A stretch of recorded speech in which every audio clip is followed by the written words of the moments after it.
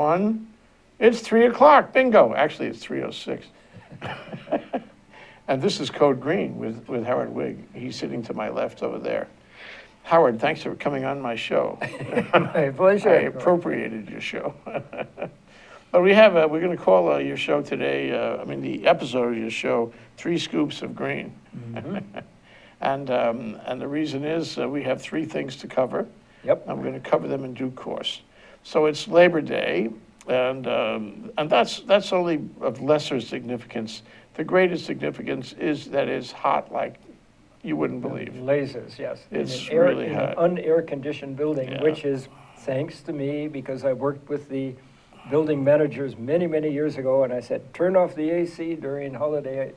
Well, yeah, I think they all do. Yeah, they do. I mean, we represented buildings, and they would ask us to, a lot of the buildings downtown, and they would ask us that, well, turn them off. Saves a lot of money, actually. Saves a heck of a lot of money and a heck of a lot of oil. You know, the problem is, though, that when the buildings are down this way, nobody works. I mean, they know already. Unfortunately, ThinkTech works anyway. We have this ethic about work. But a lot of people, you know, if they hear or see a little notice, a memo, that there's, like no AC, they don't come in, not a chance. And I find that, let me just give you, this is maybe 4 scoops. It's part of the scoop about heat. I find that an issue that goes directly to productivity. You know, when I was in New York, I grew up in New York, I went to school in New York, people worked hard. Everybody worked hard, not just the students, but everybody. And you worked hard beyond, you know, the base expectation of your employer or your, you know, the person you're working for. Absolutely. You worked hard because I got to tell you my story about the You Want a Coffee Shop, which is dear to my heart. Okay, Hey. I worked in Jamaica. I lived in Queens. We'll talk about Queens later. I worked in Jamaica, and it was under the L, which is always interesting because you get all kinds of noises and commotion all day. I worked in a place called the You Want a Coffee Shop. I was a short order cook.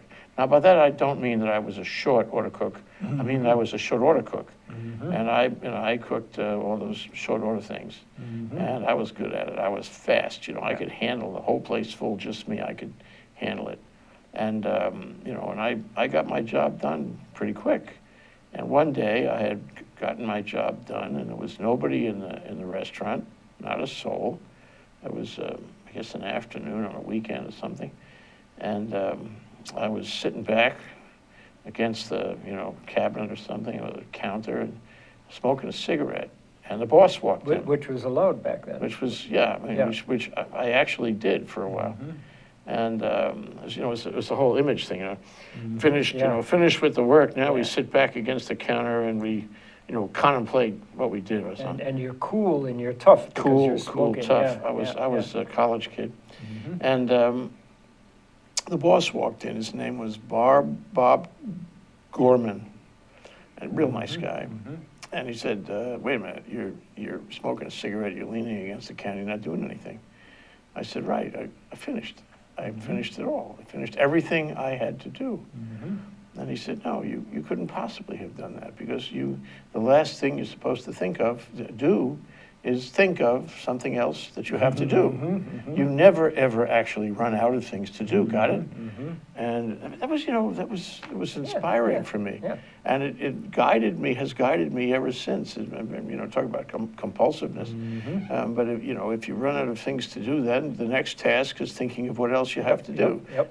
Yeah, I had a similar experience when I was a college kid, Yeah.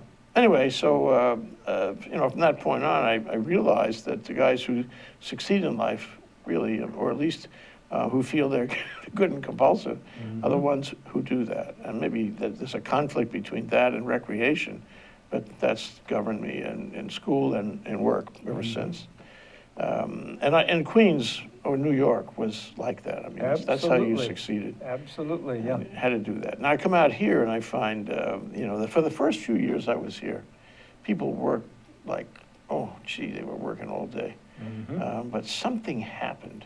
It was a generational change, I would say.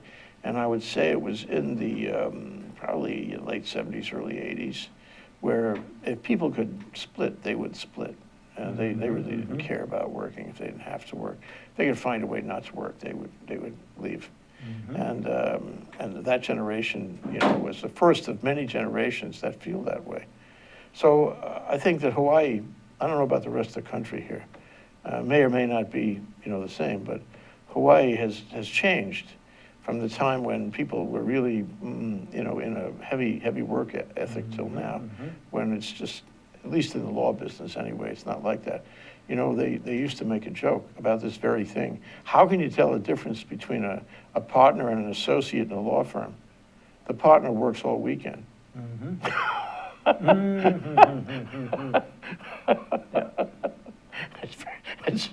It's so true. Well, and so anyway, that's my point. There's a cultural difference between the two things. well, it's also what generation is just now retiring? The not X generation. Yeah. No, the Code Green. No. No, the World War II type generation is called something. Yeah. And anyway, they are the really, really, really hard workers. And then came the next generation born from, say, 1949 on. And they were born into the sort of lap of luxury of the 1950s. Things were going well, the economy was booming, and they took a very relaxed attitude. Yeah. So maybe these are the people you're referring to. The exception to that is one of the topics near and dear to my heart is immigrants. Just give you one example. I sometimes patronize a mom and pop shop on Fort Street Mall. Boomers. Nope. That's what you were thinking of. Oh, boomers, yeah. Baby boomers. The baby boomers, Those are yes, that's yes, the yes, generation just retiring. Yeah. Okay, yeah. so I think migrants, they're the ones who are kind of slacking because they were born into the lap of luxury. Maybe not lap of luxury, but into very comfortable circumstances because their dad had the GI Bill, he got an education, mom was fine, and he, just on his salary, it was enough to support the family.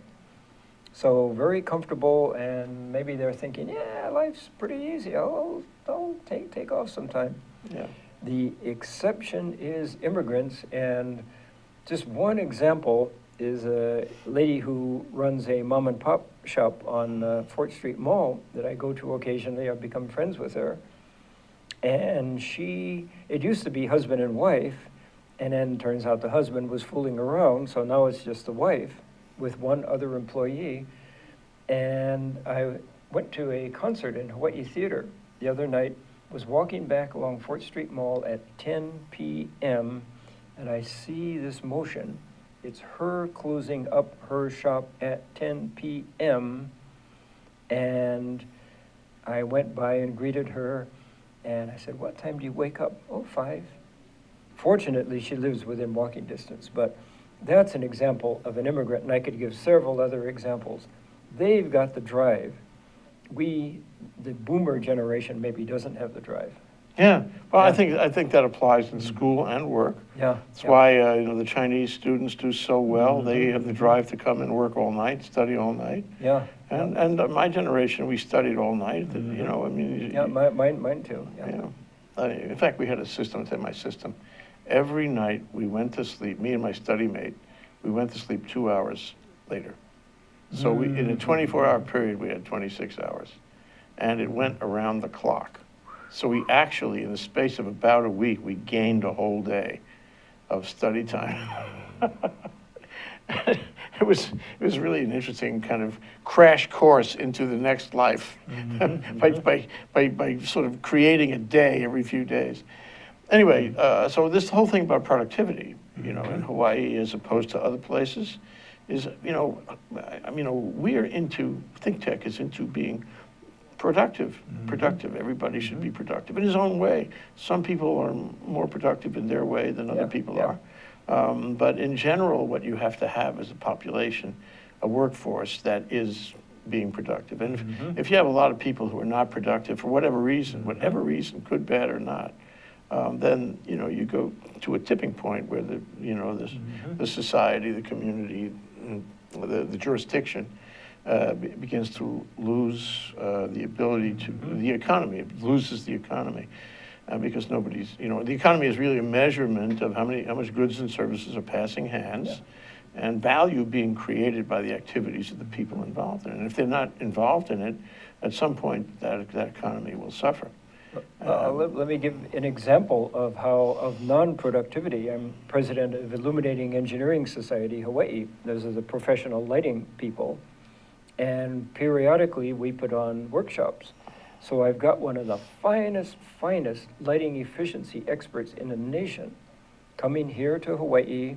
We've reserved the AIA headquarters for the day that she will be here. And we put the word out. We reserved 50 seats in AIA headquarters, and so far we put the word out to several hundred people now. So far we've gotten 15 responses. And this gal can talk about lighting 101, and the lighting world is changing almost as rapidly as so is the computer world. Discussion is professionally valuable for the people. This is the way to keep up with what's going on. Yeah. Well, that leads us to another topic, and that is ongoing life education, which I'd like to talk with you, even though that's not within our 3 scoops. I'd like to talk to you right after this break. That's Howard Wiig. He's the host of Code Green. We're talking here today about 3 scoops of green, or maybe 3 scoops of Howard. We'll be right back. You'll see. Hi, I'm Donna Blanchard. I'm the host of Center Stage here on ThinkTech Hawaii.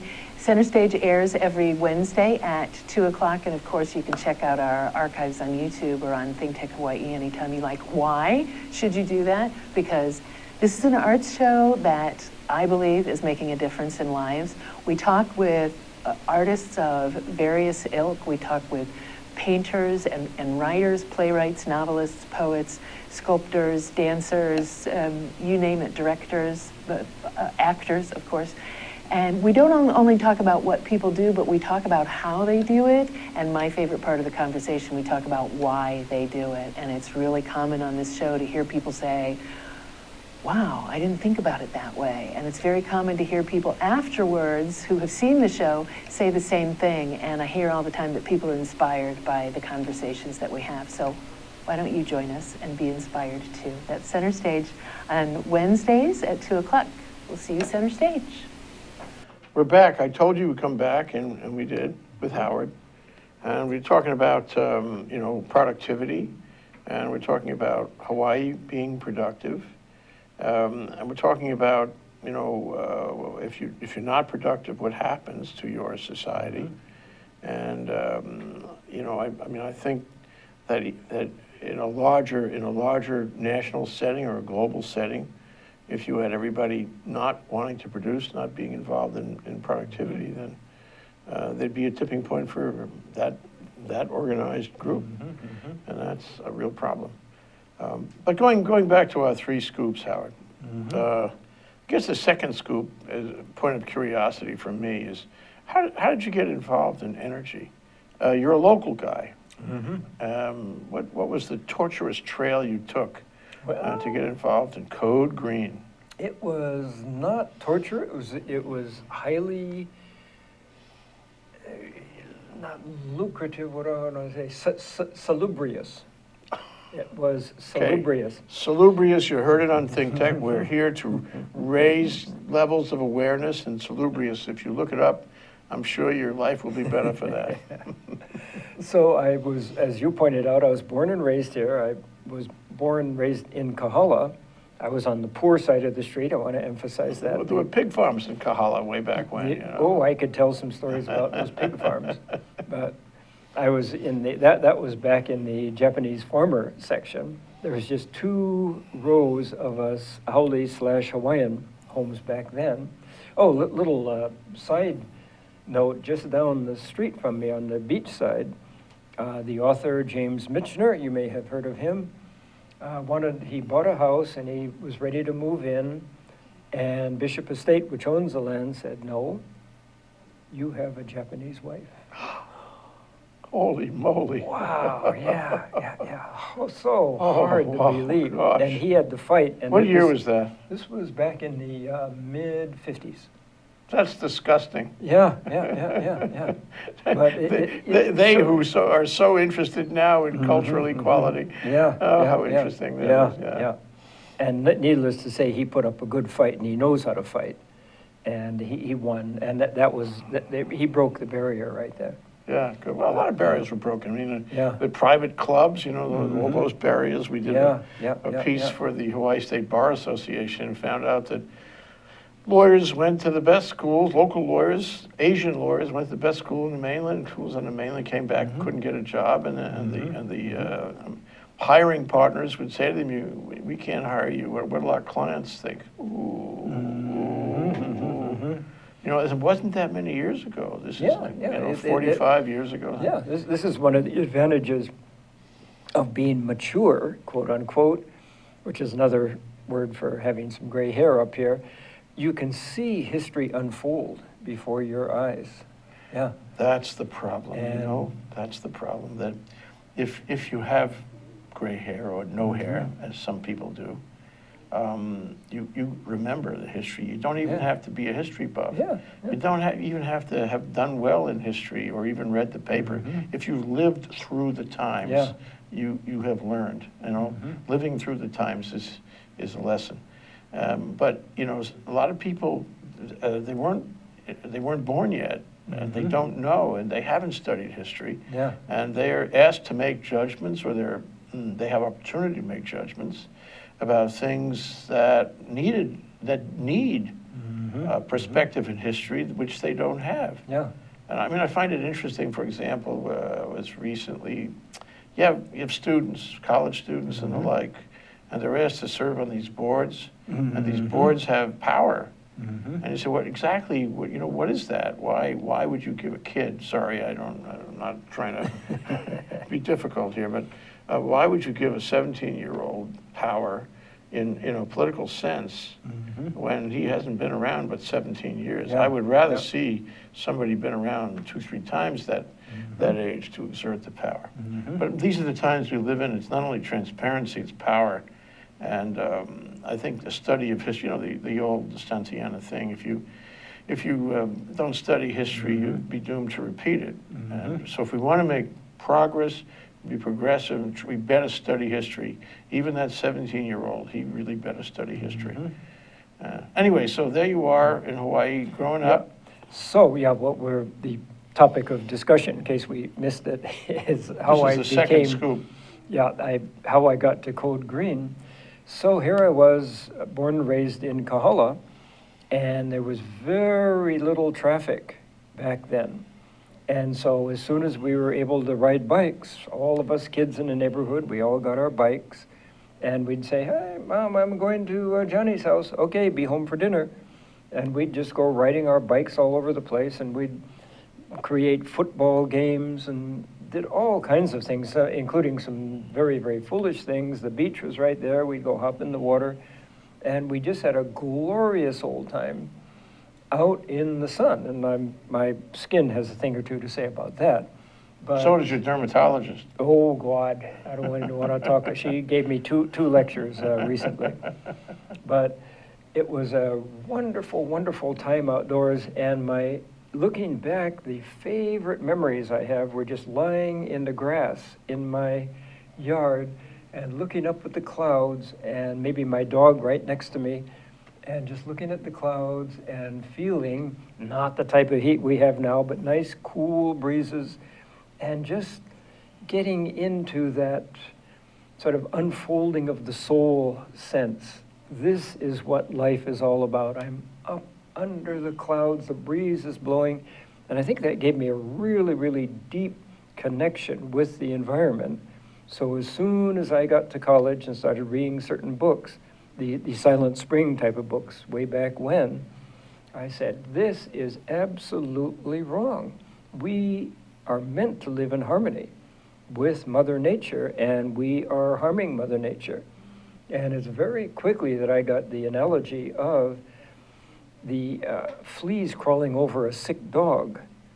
And the more they suck the blood out of the sick dog, the sooner it's going to expire. And that is the analogy of us human beings crawling all over Mother Earth, who's getting sicker and sicker. So that motivated me, and I've been involved in all kinds of environmental movements ever since then, and that was way, way, way, way back when. And then I got with the state energy office, started hanging around engineers, and a good You were a part of- trained engineer? No, What was your I've never degree in? taken an engineering course in my life. You could have fooled me. Yeah, and a lot of other people. But looking back, the secret was that a lot of my education was spent at UC, University of California, Berkeley. And that taught me how to learn. It was high-powered back then. I think it's even more high-powered now. But you either studied or you perished. And it taught me this love of learning. And I've continued that love ever since. So I hang around with engineers and I get the engineering message. And I get the concepts and then I read. You like to be around them, don't you? Yeah, yeah. Sometimes not the most exciting people on earth, but by George, they know their technical stuff. Yeah. And so I like to be able to match them, technical item for technical item. And Yeah. then I took Toastmasters, and in all modesty became fairly articulate. And the result is that I'm an energy code specialist, and I am imported. My room and board, airfare, everything is paid for me to go to these national conferences and speak to 400 or 500 people, almost all of whom are engineers and code specialists. And in all modesty, they listen to me. I've been instrumental in shifting the codes to the most efficient possible option. There's all of these different parties with all the special interests. And my interest is specifically efficiency, efficiency, efficiency at a reasonable cost. You can't go proposing measures that have a 45-year payback or something. Yeah. Yeah, but if it's less than a 5-year payback, I always calculate in my head, boom, I'm going for it. You're having an effect. Yeah, yeah. You're having an effect. You're doing Yeah. exactly what you wanted to do, Mhm, exactly what you studied doing when you were a hippie at Berkeley. Yeah, I know about that. Then I didn't know an engineer from a schmengineer. In fact, those engineers, they don't know nothing from nothing. You're doing your work. You're doing Yeah, what you were yeah. put on the planet for. Isn't that nice? Absolutely, yeah. And having an effect, that's the Yeah, thing. yeah. And having an effect on ThinkTech too, bringing these guys around and revealing what they're doing. Yeah, Yeah, I mean, but part of what you're saying though, and it connects for me, is that life is lifelong learning. And when I was telling some of our staff at lunch that when I was in school, I really hated school, hated law school. Ooh. But after a while, you realize that you need that. You need to be in school, and even if you're not in formal school, you have to see life as school. You have to learn every day, and that's why ThinkTech for me is so good, because I learn from you, I learn from every one of these shows I participate in, every one I watch. And that's very important to me, because it's the education that I didn't have in school, and I wanted to have at some point in some way, and I'm having it. And you're having it too. Yeah, yeah. It's nirvana in its own way. I wouldn't give that up for anything. Yeah. Well, good for you, Howard. So what do you recommend to people and kids who look up and see, they put themselves on a grass lawn, they look up and see the sky and the clouds and the mountains? What do you recommend to them now? Feel it. Really get relaxed and really feel it. And then realize that we Homo sapiens have been on Earth for 200,000 years. That's us in this form here. And that our hominoid ancestors have been around for 4.2 million years. And until very, very recently, they were outdoors all the time. You either were outdoors or you perished. Yeah, well, not to say where dermatology fits in all of that. Yeah, and it's complex what we've done with our technology. I mean, that, part of ThinkTech, I think, is sort of coming to peace with technology, realizing its power, but also realizing, that it can be seductive. Yeah, And I'm the greatest promoter of technology there is. I'm so glad we've got LED lights up here. If these were incandescent lights, you and I would be just puddles of sweat on the floor right Yeah, now. yeah, speak for yourself, yeah. We're gonna take another break, Howard. And when we come back, we're gonna talk about one of my favorite topics. You know what it is? Ice cream? Close, Queens. Queens, We're okay. gonna talk about Queens. And we're gonna see what we can learn from sort of recollections of Queens. This is Howard Wiig. He's a local guy, and he's gonna tell us about his connection with Queens. And here in Code Green, 3 scoops of green, or Howard as you may, and we're going to the 3rd scoop in 1 minute. This is Alice Lee Hagan, host of ThinkTech Hawaii Business Education Spotlight. My show here at ThinkTech Hawaii is every Thursday from 3 to 4 in the afternoon. I bring in interesting guests from Hawaii, the mainland, and hopefully international guests in the future. Do join us on Thursday from 3 to 4 p.m. ThinkTech Hawaii Business Education Spotlight. Aloha. Hi, my name is Stan Osserman, and I host the show every Friday here on ThinkTech Hawaii called Stan the Energy Man. We talk about everything energy, from anaerobic digesters to batteries to hydrogen fuel cell and grid power. And we do that to keep you informed on the latest technology that's out there and the things that are going on in Hawaii. We broadcast every Friday from noon until 1 o'clock, and I hope you'll tune in. So sometimes we'll be on ThinkTech, and sometimes we'll be on Olelo Channel 54, and I'd like you to listen in to me and join me every Friday. We'll see you then. Aloha. Last off, we're back. We're back for the 3rd scoop of rice, here with Howard Wiig, 3 scoops of green or Wiig or Howard, and we're going to the 3rd one now in Code Green. So anyway, so Queens, we just been chatting about this before, so it's really worth talking about. Queens is a remarkable place. You know, you do get there, and you told me you were going there, and you've been there. So I just want to tell you I grew up there, and it was called the Borough of Cemeteries. And the reason is that when New York was first established, you know, they had all the cemeteries in a ring around Manhattan, and that was Queens. And so if you go into the first, I don't know, several miles of Queens from Manhattan, it's all cemeteries, you know, thousands of gravestones and whatnot in Queens. And then my neighborhood was called White Pot. White Pot is derived off a Dutch name, which means white pot. It was later on called Forest Hills, and it was adjacent to Rego Park, which was a whole big community there of immigrants who had immigrated from Brooklyn. Gone upscale. Yeah, Upscale. Yeah. Moving on up to Brooklyn. I mean, from Brooklyn to Queens. And back in the 30s and 40s and all that. And it was a brand new neighborhood. It wasn't Levittown yet with single family homes. It was a lot of 6-story buildings.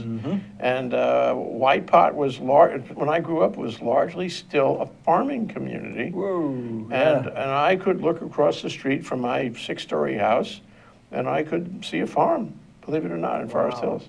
As a kid, I played in all the construction sites that came up around me, and I watched the whole thing blossom in the late 40s and the 50s into what it is today.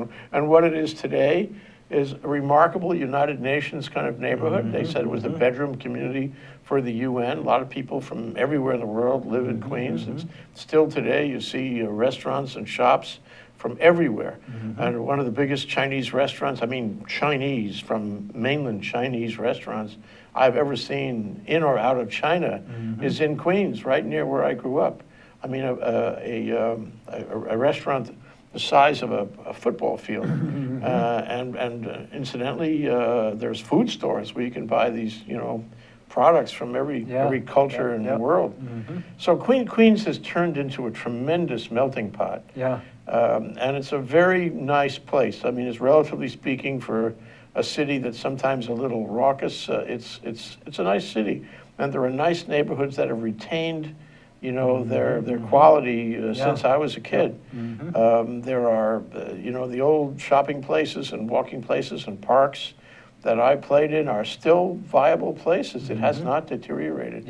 Every time I go back, I'm impressed more with the fact that it retains its value over generation after generation. I'm not sure exactly why, but looking back and now, I really am impressed with Queens. As am I, which is one reason I go back all the time. I stay with friends in Kew Gardens which is right next It's a to real Forest nice Hills. neighborhood, yeah. And one thing I'm being sure to do is take my Barnes & Noble card with me, because in Forest Hills, there's a Barnes & Noble shop. I'm gonna catch up on some of my book buying right there. Yeah. Yeah, and you're right, the homes are just impeccable, and they're old, some are 19th century, but most are 40, 50, 60, 70 years old. Yeah, and really, really well kept up. And there's all these people doing all these things, and somehow it all works. It's just unbelievable. And the subway going An into important point. Manhattan. That's an important point. Very point, yeah. And I stay right on Queens Boulevard Mhm. with my friends, and you can hear the subway rumble, rumble, rumble. I was Yeah. there, I arrived the day after Sandy, and there weren't no subways going. I'm back sure that they're way. all flooded, yeah. But the diversity, yeah, it, in a way, it makes me feel at home, because again, I was born and raised here. Every mainly Asian race under the sun, and Queens is the same way, except the emphasis is on Europe and the Mideast. Yeah. You meet people from Romania, Poland, Czechoslovakia. Don't forget the modern day Russians, who are their own special breed. And there's a lot of Latinos. Yeah. I really enjoy the feist of the Latinos. You know, I think Mm-hmm. they're very nutritious people. It's great to spend time with them. So I mean, Queens hasn't lost it, and Queens College, where I went to school, is a very robust school. You know, when I went, it was I would say a regular college, and you know, if you didn't have good grades, you couldn't get in, and if you didn't keep good grades, you couldn't stay. But they made it an open admissions school in the sort of democratization of the city school system, and so now it really serves everyone, and every race, every culture gets in there, and they all have a good experience at Queens College. I would imagine ESL, English as a second language, being a big component there, because this is the first step for many, many immigrants is right in That's Queens right. or one of the other New York boroughs. That's right. Yeah. It's really heartwarming to see what happens. You know, this Yeah. is their entry point into the society, the American culture, and they really get qualified. Yeah. And what's interesting is that Queens College now has a law school. Whoa. Yeah, my brother serves on the board of that law school, so it you know, it has kept pace with the times. I'd say that. Well, this is New York, for goodness sakes. Of course you're going to New keep York pace. does keep Yeah, pace with the times. Yeah, yeah. It's so vital, you know. It's really a statement of the American dream in its best iteration. And although, you know, there's troubles when all these people are living so close together, and where there's so many economic pressures on so many people, fact is, in a general sense, it's not a bad place to be. Only thing, also discussed at lunch, is it's expensive. Not as expensive as Honolulu. Touche. Manhattan is more expensive, but not Queens. And that's really expensive. If you want to live in certain neighborhoods of Manhattan, you have to be a multi-millionaire. Yeah. And even if you want to live in Seinfeld country, you know, you have to have a pretty good job and you know, and be willing to spend lots of money for rent and all those basics. And be willing to live in a very small space if you don't have a whole lot of money. Yeah. But going back to those homes in Queens, you know, those homes, the ones that are in my mind's eye, those homes are small. Square footage smaller than, you know, many homes in Honolulu. Yeah. But they were built well. They were built for all seasons. And I remember, you know, my parents were buying homes for $12,000, $14,000, $15,000, right, like that. And those homes were small, but very workable, and they're still there. Yeah. Huge tracts of these homes. Yeah. Well, one thing that I'm pushing as we look at the affordability issue is the fact that most American homes are oversized. I go into people's homes, say in Midwest, and there's a great big dining room, and you can see that it's used on Thanksgiving and Christmas, and maybe that's it. It just sits there as decoration. And then there's a great big backyard, and my Honolulu thing say, God, why not put a cottage up there and rent? You know? There's all of this space, it's just too much. So I'm working with the city building department. When we build condos, get them down, down, down. We don't need all that much room. There's things you can do to make better use of your existing space and drive the cost What down. about public space? You know, the thing about Queens and Manhattan is there's Yeah. plenty of public space. Yeah. And it's, you know, you may be in a small apartment for which you pay a lot, but you can get out. And when Yeah. you get out, there's a joy to get out. There's so many there's things to do. parks everywhere, Yeah. and the street scene. Yeah, That's- the street scene. Gee, I mean, some of my finest hours when I was in school in Manhattan is go to these weekend fairs where they were selling crafts and the like. Yeah, They would yeah, close yeah, the yeah. block all the time. And you could buy stuff, really, really funny stuff. And of course, the public buildings and public, attractions, one kind or another. There was so many pretty places to go, and very romantic, you know. Yeah, because of that. You had options. You take Yeah, your date yeah, out, and you had 1,000 options. So you measure somebody by what options they're picking, right? What do they like, and do What do they they like like? the same things that I like? Yeah.